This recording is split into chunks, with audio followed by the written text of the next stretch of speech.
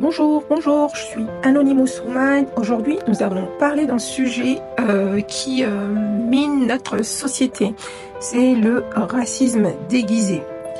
Alors, aujourd'hui, je vois des situations de racisme sur les réseaux et heureusement que les réseaux existent et que tous ces faits peuvent être dénoncés parce que ça devient grave quand même.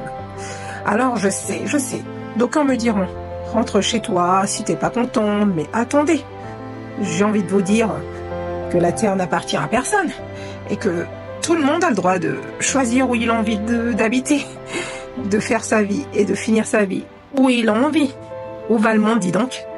La peau noire est une très belle peau et cette peau est détestée de partout dans la communauté. Autre que celle noire, bien entendu, je ne veux viser personne, je n'ai pas un statut visé.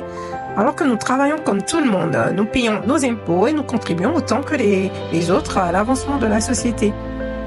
D'où nous n'avons pas notre place dans cette société et d'où nous devrions en 2024 continuer à accepter d'être traités comme des moins que rien. Alors, il faut trouver des solutions, il faut que cela change, il faut que notre communauté se prouve. Non, prouve, le mot il est bien gros. Il faut que notre communauté se travaille sur ce fléau. Pourtant, je ne suis pas du genre à me victimiser. Il m'est arrivé des situations de racisme, moi-même qui suis intégrée, qui construit ma vie en accident. Il m'est arrivé pas mal de situations de racisme. Par exemple, je donne un exemple basique. Je vais chez un médecin, j'entre dans la salle avec mon chéri qui est derrière.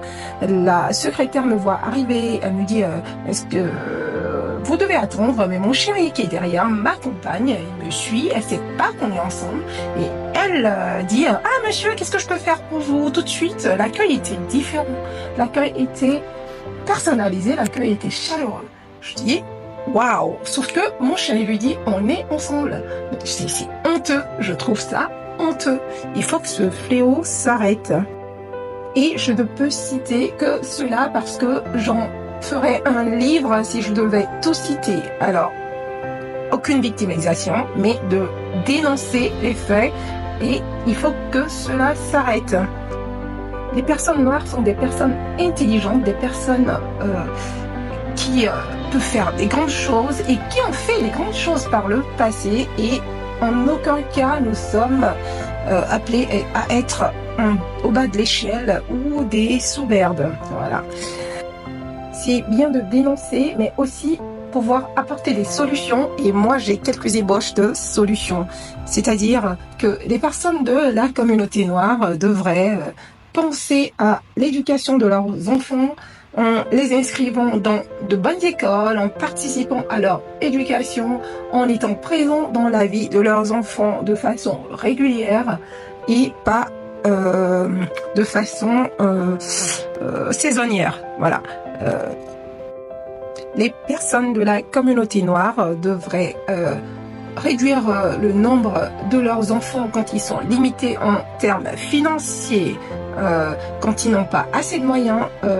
On n'empêche personne de faire ses enfants, mais quand tu es limité financièrement, tu devrais penser à l'éducation de tes enfants déjà présents et pas encore finis. Les personnes de la communauté noire devraient arrêter de penser en termes d'aide sociale, c'est-à-dire faire la queue à la CAF pour demander de l'aide à Pierre-Paul, Jean-Jacques ou Jacqueline. Comme ça, nous reprendrons le pouvoir, nous reprendrons le total contrôle de notre devenir. Les personnes de la communauté noire, je perds mes mots, devraient penser à l'éducation psychologique et intellectuelle de leurs enfants, de nos enfants. Parce que nos enfants sont amenés à subir ces situations de racisme aussi à l'école. Il faut appeler un chat. Subir des propos abjects de la part d'autres enfants des autres communautés, parce qu'ils entendent le parent parler comme ça.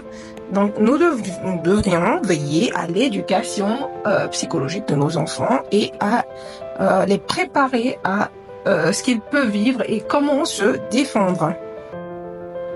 Les personnes de la communauté noire devraient démontrer à travers leur travail qu'ils peuvent 2 fois, si ce n'est 1000 fois mieux faire que les autres, car ils ont des grandes idées, car il y a des grands intellectuels, car il y a des penseurs, des personnes intéressantes dans notre communauté.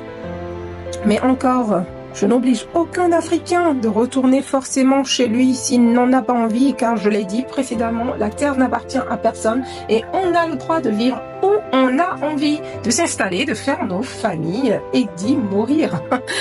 Voilà. Mais j'exhorte la communauté noire à pouvoir inculquer à leurs enfants leur culture qui est tellement riche. Inculquons à nos enfants notre culture, emmenons-les chez nous, faisons-les leur découvrir l'immensité, la beauté de ce continent et ne rejetons pas, absolument pas ce que nous sommes. Tout ce que je voudrais dire par là, c'est laissons une empreinte positive là où nous avons décidé de vivre, que ce soit en Occident ou en Afrique. Laissons notre empreinte positive par le travail, par une intégration positive, par de belles choses, par de belles créations, par par quelque chose de vrai, par quelque chose de positif. Voilà.